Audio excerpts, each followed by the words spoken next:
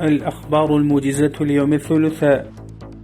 يقول عبد الحق حماد مدير رص الإعلامي بوزارة الإعلام والثقافة إن أكثر من 200 وسيلة إعلامية مسموعة ناشطة في أفغانستان، وأضاف أن ادعاء المؤسسات الداعمة لوسائل الإعلام على إغلاق مئات وسائل الإعلام من قبل الإمارة الإسلامية باطلة.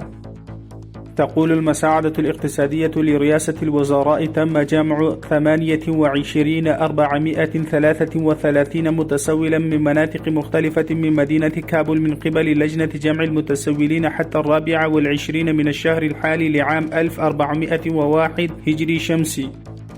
نتيجة مراقبة الأسواق من قبل مسؤولي المنطقة السابعة تم جمع 1700 كيلوغرام من المواد الغذائية ذات النوعية الرديئة والمنتهية الصلاحية، وتم إرسالها إلى المكان المخصص لإتلافها. في الأشهر الستة الأولى من عام 1401 هجري شمسي أصدرت محاكم مقاطعة فارياب 3354 وثيقة مختلفة بالإضافة إلى حل 1969 قضية. يقول مسؤول جمرك تورخم يؤخذ يوميا 30 مليون أفغاني من تصدير واستيراد البضائع التجارية.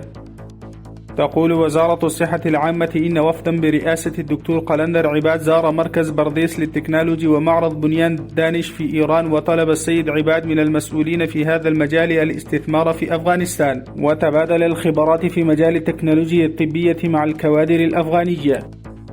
تقول وزارة العمل والشؤون الاجتماعية إن 26 من الشهر الجاري هو عطلة عامة في البلد كلها، يوافق 26 من شهر سلواغ أو دلو من عام 1401 الذكري 34 لهزيمة وانسحاب الجيش الأحمر للاتحاد السوفيتي السابق من أفغانستان.